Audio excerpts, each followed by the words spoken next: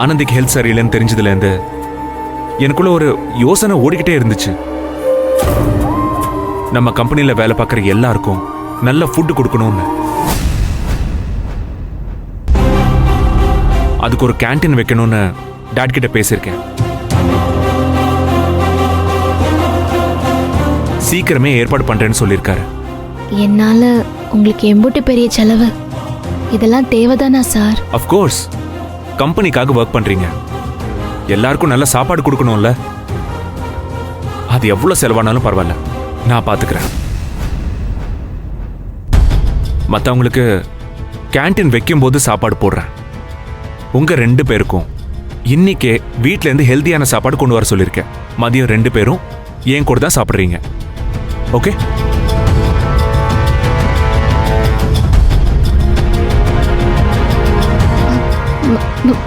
மதியமா? ஆமா, any issue? ஏன் கூட சாப்பிட்றதுக்கு என்ன ஆனந்தி? அதெல்லாம் ஒன்றும் இல்லை சார், நாங்கள் வந்துடுவோம். Good. So I'll see you in the lunch time. விருந்து வைக்கிறாரா? விருந்து பேசிக்கிறேன். வர ஆனந்தி.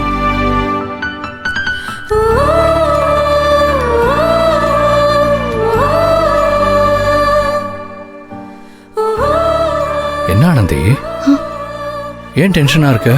இல்ல, மதியம் நம்ம பேசலாம்னு நினைச்சிட்டு இருந்தா மகேஷ் சார் வந்து அவர் கூட சாப்பிட சொல்லிட்டு போறாரு. அதனால என்ன, சாப்பிட்டு வந்து பேசிக்குவோம், அவ்வளோதானே.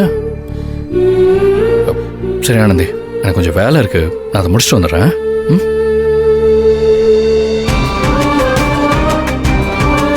நாம ஒண்ணு நினைச்சா மகேஷ் சாரால எல்லாமே தலைகீழா மாறிடுச்சே.